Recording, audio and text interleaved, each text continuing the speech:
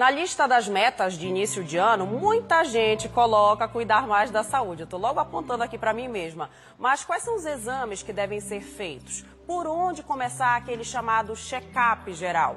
Então, para falar sobre esse assunto importantíssimo, está aqui comigo no estúdio o médico da família e comunidade, Dr. Iude Magalhães. Doutor Iude, muito obrigada pela presença aqui. Já vai puxar a minha orelha, porque eu botei como meta e ainda não dei o primeiro passo. Vamos falar primeiro de check-up geral, o que é importante ser observado nesse início de ano, por onde começar? Que tipos de exames, que especialidade médica? Bem-vindo. Bom dia, Nara. Bom dia, telespectador. Muito obrigada pelo convite. O check-up, ele começou a criar corpo, assim, criar divulgação a partir do século XX. Um pouco antes, na verdade, dos primórdios, já existia muito check-up, mas a partir do século XX mesmo começou a tomar mais esse corpo.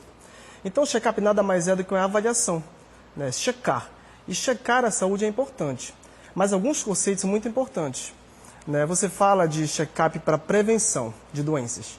No entanto, você frequentar um médico anualmente, ou bianualmente, ou a cada 6 meses, a cada 3 meses, é, na verdade, uma forma de você se cuidar, né? E se cuidar nem sempre vai evitar que você tenha uma doença, e sim diagnosticar precocemente aquele problema e tentar dar uma solução para ele. Então, de repente, a gente deve ir em quais especialidades médicas? Cardiologista, mulher ginecologista, quais são os principais, os básicos? Eu costumo dizer que todos devem ter um médico. Isso é muito importante, né? A medicina de família e comunidade, ela atua em todos os ciclos de vida, na criança, no adolescente, no adulto, no idoso, e trabalha a saúde como um todo, dentro da família. Mas também as crianças, elas devem frequentar o seu pediatra, né? Tem o ebiatra, no caso que são os adolescentes, o clínico, né? Que é para os adultos, e os geriatras. Então todos devem ter, na verdade, um médico para chamar de seu, né? Um médico que lhe acompanhe durante a sua vida, independente do problema que você tenha. Quando a gente fala de medicina de saúde e comunidade, a gente tem esse tipo de atendimento, muita gente até nem sabe, nos postos de saúde, não é isso? Exatamente. A medicina de família e comunidade é uma especialidade médica, né, reconhecida pelo CFM, pela AMB, e nas unidades de saúde da família, UBSs, né, unidades básicas de saúde, como também é chamada, tem um profissional médico de família, que acompanha todas essas faixas etárias dentro da comunidade. Então, qualquer problema que você tenha, seja ele pulmonar, seja ele renal, cardíaco, né, alguma doença infecciosa, o médico de família está habilitado a conversar com você, acompanhar, fazer anamnese, exame físico, exames laboratoriais e tentar dar o melhor tratamento possível. Doutor, a gente tem muitas perguntas, eu vou abrir espaço também para os nossos telespectadores. Vamos primeiro às participações gravadas, pode rodar.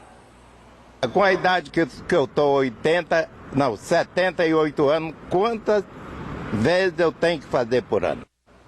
Quantas vezes por ano check-up? Mais de uma vez? Sim, a principal orientação é todos terem seu médico, né? Frequentar o seu médico, ou a sua unidade de saúde em conjunto, no caso, com os outros profissionais. Com 80 anos, ele deve frequentar um pouco mais, dependendo das comorbidades que ele tenha. Então, se ele for saudável, ok, ele pode ir uma vez ao ano, não tem problema nenhum, contanto que ele tenha esse contato próximo a essa unidade de saúde e ao seu médico. Mas, em alguns casos, hipertensos, diabéticos, pessoas que têm algum problema crônico de saúde precisam ir um pouco mais nessas unidades de saúde. Então, talvez a cada 6 meses ou até mesmo a cada 3 meses. Eu já vi casos, até aproveitando a pergunta desse senhor, pessoas que têm hipertensão que nem têm sintomas, né, de um quadro um pouco complicado e acabam, às vezes, indo ao hospital numa situação já muito extrema. Nesse caso, o que deve ser feito periodicamente quando a gente fala em check-up? Fazer sempre a medição da pressão arterial? Quais são os cuidados no caso de uma pessoa que tem esse tipo de comorbidade? A hipertensão é uma doença que nem sempre dá sintomas, como você falou. Então, muitas pessoas têm hipertensão e não sabem. Por outro lado, tem pessoas que também não têm hipertensão e estão tomando remédio por um diagnóstico talvez incorreto. Então, a primeira etapa é você procurar o serviço, né, ser diagnosticado e começar o tratamento. Esse tratamento ele depende muito do perfil do paciente. Eu sempre digo que hoje a medicina ela deve ser centrada na pessoa, né, e não na doença. Então, você deve acompanhar aquela pessoa dentro da sua família com seus problemas. E cada pessoa é diferente da outra. Então, merece um tratamento diferente, uma abordagem também diferente. Isso é fundamental na medicina hoje. Então, muitas vezes, o check-up é feito de forma excessiva também. É claro que você deve frequentar o médico, fazer exames para avaliação, para fazer um diagnóstico precoce e tratar as doenças. Mas quando isso é feito excessivamente, com exames que não são necessários, pode ocorrer o que a gente chama de sobrediagnóstico, né? Overdiagnosis. Okay. Ou seja, o paciente que não tem um problema e ele descobre alguma coisa que pode não ter tratamento, ou essa descoberta, essa investigação causa mais dano a ele do que o próprio tratamento de uma outra doença. Nossa. Então isso é muito importante hoje. O check-up ele deve ser feito corretamente, nem a mais nem a menos. Perfeito. Vamos à outra participação. Boa tarde, tudo bom? Quais os exames que tem que fazer quando chega a uma idade de 59 anos? Exames. Vamos fazer uma listinha básica. É possível fazer? Isso, são muitas dúvidas, na verdade. Então, o check-up ele deve ser feito em todas as idades, né? Um acompanhamento em saúde que a gente diz. Na criança é a puericultura. Então, mensalmente, a criança quando nasce vai no seu pediatra ou no seu médico de família fazer a puericultura. Acompanha peso, crescimento, desenvolvimento, questão das vacinas, tudo isso, né? Então, todas as idades merecem uma certa periodicidade. E alguns exames mais comuns a gente deve fazer com essa periodicidade. Exames de sangue. Inicialmente, antes do exame, na verdade, é a anamnese. É você conhecer seu paciente. Depois da anamnese, do exame físico completo, você começa a pedir alguns exames. Exemplos, hemograma, a glicemia para ver se você tem diabetes ou não, o colesterol, a creatinina para ver a função dos rins, o TSG, o TGP para ver a função do fígado, né, a atividade do fígado, exames de urina, exames da tireoide. Então, são vários exames cardiológicos que você deve planejar para que seja feita no momento correto, na idade correta, para aquela pessoa específica. Entendi. Vamos a mais uma participação. Eu faço os preventivos, faço do coração, cardíaco, né? O que é que ela precisa fazer? Os exames para diagnosticar as doenças futuras, né? Foi mais uma opinião, né? Ela, nota 10 para ela. Ela disse que faz todos os exames, é uma atitude correta. Ela é, então, o exemplo do que a gente falou, né, doutor? Incrível, essa consciência que todos devem ter, né? Porque, como eu falei, é personalizado, né? Então, mulheres devem fazer exames de preventivo, mamografia, ultrassom das mamas, né? Ultrassom transvaginal, mas isso deve ser prescrito pelo médico, né? Organizado, planejado no momento certo.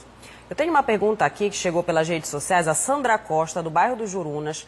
Ela diz assim, que ela sempre busca fazer os exames dela, mas ela depende do Serviço Público de Saúde. Muitas vezes ela faz o exame, consegue a consulta depois de muito tempo, faz o exame, estou tentando resumir porque o texto foi grande, era um desabafo na verdade. Ela faz o exame, mas demora a pegar o resultado, demora para conseguir voltar ao consultório do médico. Ela pergunta, adianta fazer o check-up, já que às vezes o intervalo é de 1 ano entre a consulta e o resultado do exame?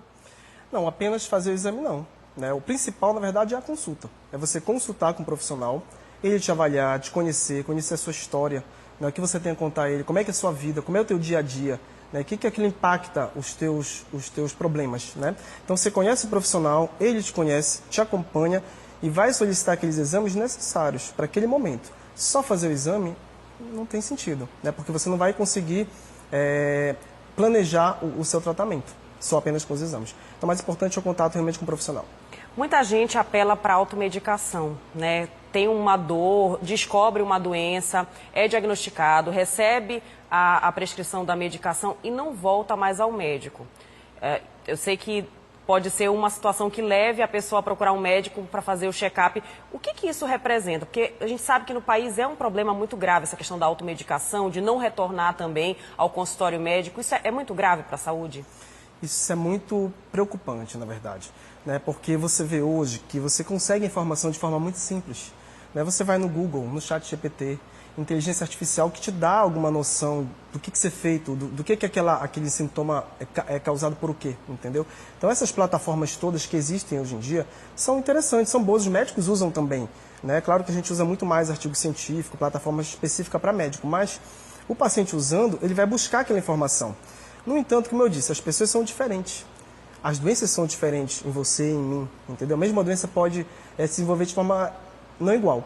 Então, o que acontece? Quando você pega aquela informação direta, parece que é causa e efeito. Você vai pegar aquela informação e o tratamento é esse. Mas será que aquela doença evolui da mesma forma em você do que no outro? É isso que é importante, a importância do profissional hoje, que chama a medicina centrada na pessoa. Essa medicina um pouco mais personalizada, né? E como hoje se especializou muito, então, o que acontece na medicina? Cada médico sabe muito de uma parte, mas a gente precisa também dos médicos que sabem muito de muitas partes. No caso, o médico de família, né, que conhece os principais problemas geral, de saúde que ocorrem com a pessoa. Tem mais uma participação gravada, pode rodar. Quem faz exercício todo dia precisa de fazer exame? Olha, interessante essa pergunta.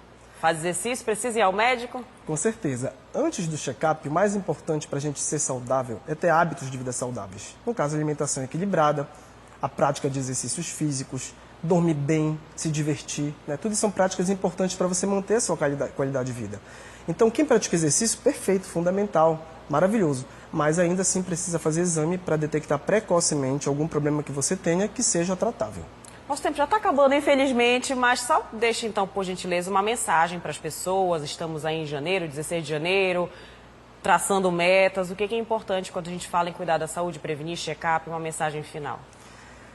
Pensando que o mais importante da vida é ser feliz, nós precisamos de saúde para ter qualidade de vida e chegar a essa felicidade. E para isso a gente deve ter hábitos saudáveis, como eu falei antes, alimentação, atividade física, ter um animal de estimação, se divertir, sair com a família, dormir bem e também frequentar o seu médico para uma avaliação, planejamento e acompanhamento. Perfeito. Muito boa mensagem, doutor Ilde. Obrigada pela participação. Muito obrigada a todos. Seja sempre bem-vindo, tá? Com temas variados, a gente está sempre com o espaço aberto aqui. Obrigada. Obrigado. Vamos seguir falando de saúde, porque a Altamira reforçou o combate